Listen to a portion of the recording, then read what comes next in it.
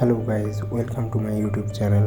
जैसा कि मैंने पिछले वीडियो में बताया था कि पैलेट में अगर एफईओ परसेंटेज ज़्यादा हो तो क्या प्रॉब्लम आ सकता है या फिर कम है तो क्या प्रॉब्लम हो सकता है। अगर आपने नहीं देखा है तो लिंक डिस्क्रिप्शन में है, आप जाके देख सकते हैं।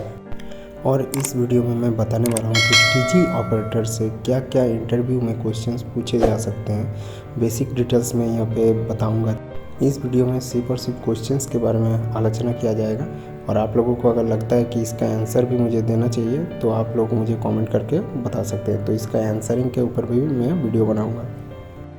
तो फर्स्टली मैं बताना चाहूँगा कि हमारा जो प्लांट का कैपेसिटी है, उस प्लांट का कैपेसिटी को आपको पता होना चाहिए कि कितना कैपेसिटी का प्लांट है, पर डे का प्रोडक्शन कितना है, ये भी आपको पता होना चाहिए। और आप अगर टीजी में हैं तो टीजी का कैपेसिटी कितना है, टीजी में आपका लेंथ कितना है, हर जोन का लेंथ कितना है, उसके बाद विड्थ कितना है, बेड हाइट कितना मेंटेन करते हैं, मटेरियल का जो पैलेट है हमारा, पैलेट का बेड हाइट कितना मेंटेन करते हैं, साइज़ कितना मेंटेन करते हैं, यानी कितना साइज़ हम लोग फर्नेस में प्री हीटिंग के लिए भेजते हैं। उसके बाद टीजी में जो हमारा मोटर लगा हुआ है यानी मेन ड्राइव जो लगा हुआ है, वो मेन ड्राइव का कैपेसिटी कितना है। उसके बाद हमारा जो गियर बॉक्स है, उस गियर बॉक्स का रेशियो कितना है, टीजी में मोटर कितना लगा हुआ है यानी मेन ड्राइव कितने हैं, ठीक है।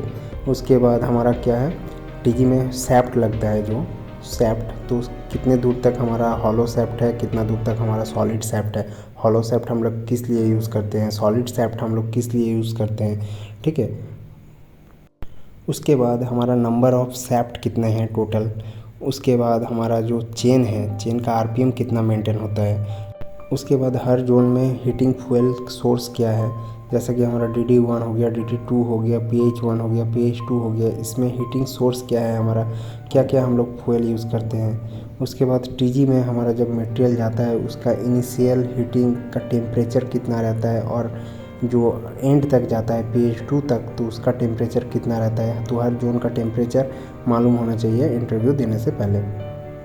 उसके बाद हमारा जो प्रेशर है, DD1 में कितना प्रेशर मेंटेन होता है, DD2 में कितना प्रेशर मेंटेन होता है, PH1 में कितना प्रेशर मेंटेन होता है, PH2 में कितना प्रेशर मेंटेन होता है। तो हर चीज़ का प्रेशर जो है उसको आपको मेंटेन मतलब एकदम दिमाग में रखना है, आप अगर काम करते हैं तो। अगर सपोज़ किसी भी ब्रेकडाउन के कारण प्लांट को होल्ड लेना पड़ा तो एज ए टीजी ऑपरेटर आप क्या करेंगे। पहला सोर्स तो है, आपको क्या करना पड़ेगा, विंड बॉक्स को ओपन कराना पड़ेगा, गैस सील कराना पड़ेगा।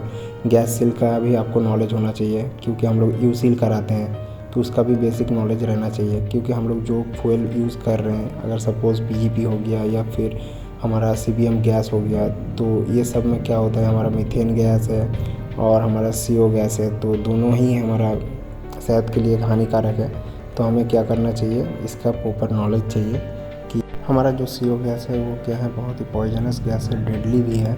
लेकिन हमारा CBM गैस जो है वो पॉइजनस नहीं है, लेकिन अगर उसको सूंघा जाए बार बार तो क्या होगा, वो हमारा शरीर में सिंड्रोम जनरेट करेगा जो हमारे लिए बहुत ही हानिकारक होगा।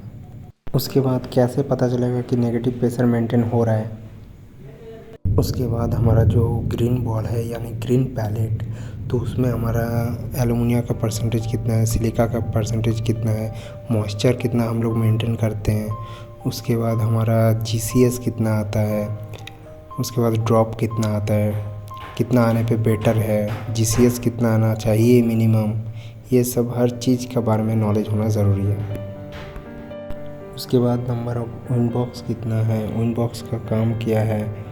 उसके बाद हमारा जो DP वाल्व है, DP वाल्व का काम क्या है। उसके बाद हमारा जो मटेरियल है उसको हम लोग टीजी में कितना हीट वैल्यू प्रोवाइड करते हैं कि वो आगे जाके क्लीन में सर्वाइव कर सके। उसके बाद हमारा टीजी जो है वहाँ पे रिटेंशन टाइम कितना है मटेरियल का, मतलब मटेरियल एक साइड से लेके अदर साइड में जाने में कितना टाइम लगता है। उसके बाद हमारा जो टीजी डिस्चार्ज के बाद मटेरियल का स्ट्रेंथ कितना होना चाहिए कि वो क्लीन में जाके सर्वाइव कर सके। Number of rollers upper deck and lower deck में हमारा नंबर ऑफ़ रोलर कितना रहता है जो स्किनिंग के लिए हमें आवश्यक है।